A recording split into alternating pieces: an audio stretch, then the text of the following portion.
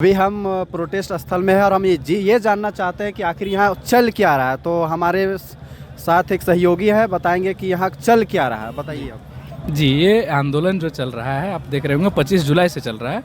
तो यहाँ कैंडिडेट का मांग है कि जेपीएससी में जो करप्शन हुए, जो धांधली हुई है, जैसे ओएमआर सीट को बाहर से रंगना और सेटिंग गेटिंग से पास होना, तो आरटीआई लागू ना होना, कैटेगरी वाइज कट ऑफ जारी ना होना, ये सब जो है इसको लेकर आंदोलन चल रहा है। पहली बात। दूसरी, आप ये बोल रहे हैं कि ओएमआर भरा जा रहा है, आपको क्यों लग रहा है कि मतलब आप ऐसा इसलिए क्योंकि 2 ओएमआर ऐसा पाया गया है। एक सुमन सौरभ नाम का एक ओएमआर का कार्बन कॉपी वायरल हो रहा है, जिसमें देखा जा रहा है कि वो 48 क्वेश्चन टिक किया है और 48 क्वेश्चन टिक किया है, उसमें से उसका खूब से खूब क्या 32 से 33 सही है और कट ऑफ गया है 141, जो जैसा बताया जा रहा है, अनुमान लगाया जा रहा है, क्योंकि कट ऑफ को तो क्लियर किया नहीं गया है। हाँ, तो इसमें से क्या है कि बताया जा रहा है कि यदि एक कैंडिडेट का 48 का 48 भी सही मान लिया जाए तो दूसरे पेपर जो है उसमें उसको 96 क्वेश्चन सही करना पड़ेगा कम से कम, तब वो कैंडिडेट पास करेगा। तो एक वो हो गया, उसके आधार पर उस कैंडिडेट को गिरफ्तार भी कर लिया गया है। ठीक, तो एक पहला मैटर था ये। दूसरा, एक बैकलॉग का भी वो एमआर वायरल हो रहा है, उसमें भी वही कंडीशन है कि 34 कलर किया हुआ है, जिसमें मात्र 17 सही है, लेकिन उसको भी प्रीलिम्स में पास कर दिया गया, जबकि उसका कटअप अनुमान लगाया जा रहा है कि 148 है।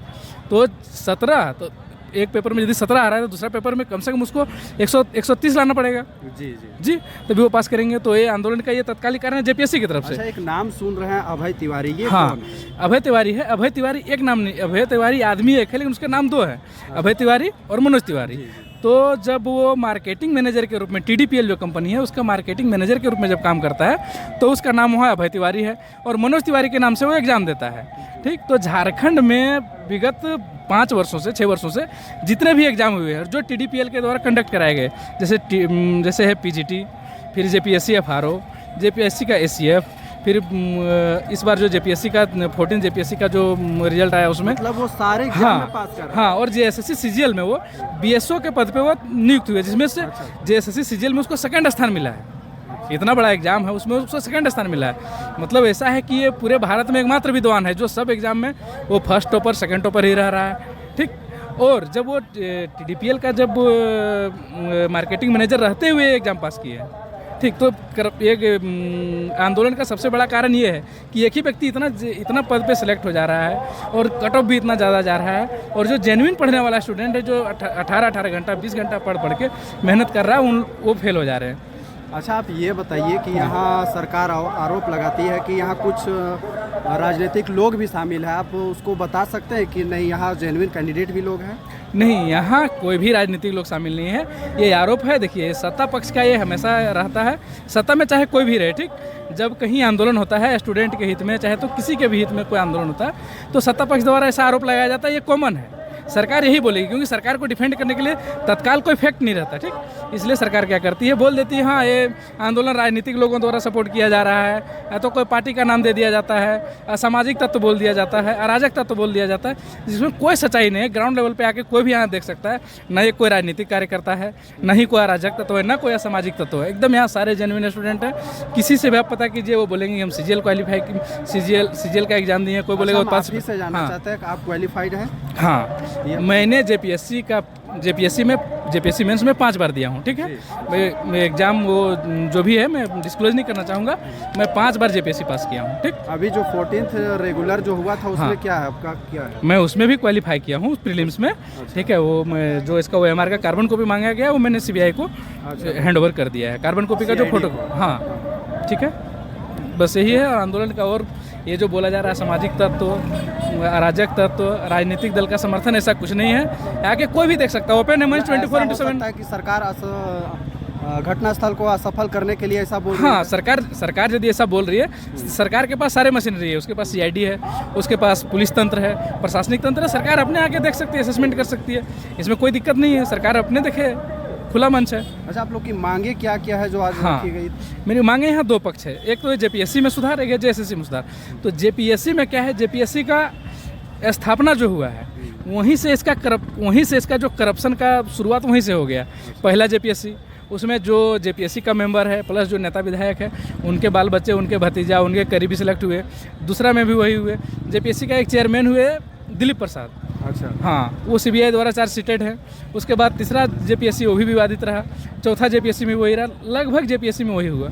अच्छा, यहाँ एक और आरोप लगाया जाता है कि बाहरी लोग ज़्यादा सिलेक्टेड हो जा रहे हैं और यहाँ के लोग सेलेक्ट नहीं हो पा रहे हैं। इसमें मतलब क्षमता के कारण या कुछ और? नहीं, अक्षमता देखिए, झारखंड ऐसा स्टेट है जहाँ अक्षमता का आप आरोप नहीं लगा सकते, क्योंकि झारखंड आपको पूरे भारत में एकमात्र ऐसा राज्य मिलेगा जहाँ उस समय भी आंदोलन हुए हैं, उस समय भी लोग सफल हुए हैं, जिसके पास खोने के लिए कुछ नहीं था। उस समय भी उसको आप शुरू से देखिए, कोल विद्रोह हो, संथाल विद्रोह हो, मुंडा विद्रोह हो, कोई भी विद्रोह में देखिए, बिना कोई बैकग्राउंड का आदमी इतना बड़ा और एक बात कहा जाता है, ब्रिटिश साम्राज्य के बारे में बोला जाता था। ब्रिटिश साम्राज्य एक ऐसा साम्राज्य जहाँ कभी सूर्यास्त नहीं होता। तो जहाँ उस साम्राज्य में जहाँ कभी सूर्यास्त नहीं होता था, वहाँ से हम लोग जीते हैं, तो हम लोग अयोग्य कैसे हो सकते हैं? अच्छा, अभी सरकार से क्या मांग है और मतलब क्या चाहते हैं आप लोग? सरकार से मेरी मांग जो है, इसको दो पार्ट में, बार बार हम दो पार्ट इसलिए बोल रहे हैं क्योंकि यहाँ दो संस्था काम कर रही है स्टाफ सिलेक्शन के लिए। एक स्टाफ सिलेक्शन के लिए, एक है जो यहाँ का जो प्रीमियर सर्विस है, जैसे Jharkhand administrative service, police service, revenue service. तो उस सर्विस में सेलेक्ट करने के लिए एक जेपीएससी है और स्टाफ सिलेक्शन के लिए जेएसएससी है। तो दोनों में करप्शन लगातार देखा जा रहा है। ठीक, जेएसएससी में करप्शन आप देखेंगे तो लैब असिस्टेंट, पीजीटी, टीजीटी, फिर आपका जेएसएससी सीजीएल, अभी हो रहा है उत्पाद सिपाही, अभी जस्ट हुआ था, क्षेत्रीय कार्यकर्ता हुआ था। क्षेत्रीय कार्यकर्ता में बताइए, मतलब इतना स्टूडेंट जब पढ़ रहा है, फॉर्म भरा 3 लाख स्टूडेंट, एग्जाम देने के मात्र 86,000। अब क्या है कि यहाँ के स्टूडेंट का जो है मेंटली इतना तोड़ चुका है यहाँ का भ्रष्टाचार और करप्शन तंत्र कि स्टूडेंट को लगता है कि एग्जाम देके क्या करेंगे। 3 लाख में यदि 1.5 लाख स्टूडेंट उपस्थित हो रहा है तो ये चलिए, ये तो नॉर्मल है, लेकिन 86-87,000 स्टूडेंट उपस्थित होना ये दिखा रहा है कि स्टूडेंट को जेएसएससी पे भरोसा नहीं रहा। जेएसएससी या तो जो प्रशासनिक तंत्र है उस पर भरोसा नहीं रहा, उनको लग नहीं रहा है कि उसके प्रति न्याय होगा। ठीक, तो इसीलिए स्टूडेंट का यहाँ बहुत कम उपस्थिति है। तो स्टूडेंट का मांग है यहाँ कि जेएसएससी में पूर्ण रूप से सुधार हो। ठीक, और कहीं कोई सदस्य जो बहुत दिनों से बैठा हुआ है उसको पद से हटाया जाए, उसके जगह पे एक साफ छवि का व्यक्ति बेबाक तरीके से जो अपना बात रखता हो, क्विक डिसीजन लेने वाला आदमी हो, उनको अध्यक्ष पद पर नियुक्त किया जाए। वो है जेपीएससी की तरफ से, जेएसएससी की तरफ से। जेपीएससी का मांग क्या है कि जेपीएससी में एक ही एजेंसी को सारा जिम्मेदारी ना दे दिया। जैसे एक होता है कि सबसे पहले एक नोटिफिकेशन निकाला जाता है, ठीक है, जेपीएससी के द्वारा।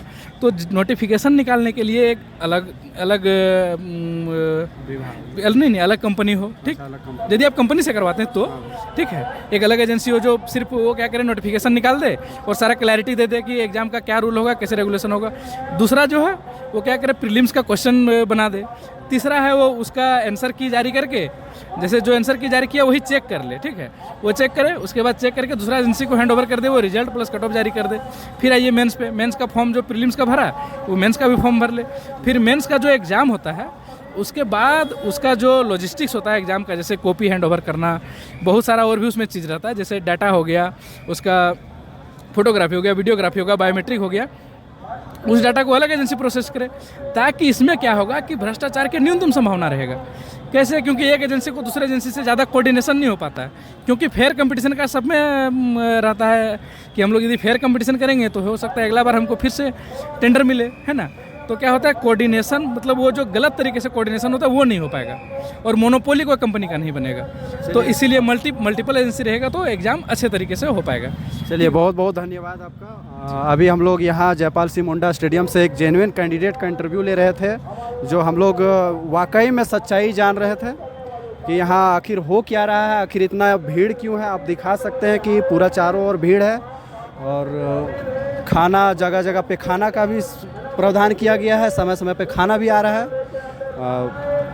इसमें कहीं ना किसी प्रकार का कोई त्रुटि नहीं है कि राजनीतिक पार्टी के लोग हैं, दो पक्ष में भी बैठे हुए हैं, लेकिन एक मंच है सबका और यहाँ पे शांतिपूर्ण तरीके से बात रखा जा रहा है। सरकार का आज डेलीगेशन गया था, बात रखा गया है। अब हम लोग देखेंगे कि कब तक मतलब कि सरकार के द्वारा उत्तर आएगा और छात्र संतुष्ट होंगे और उसके बाद फिर आंदोलन कब तक चलेगा इस पर विचार किया जाएगा। धन्यवाद।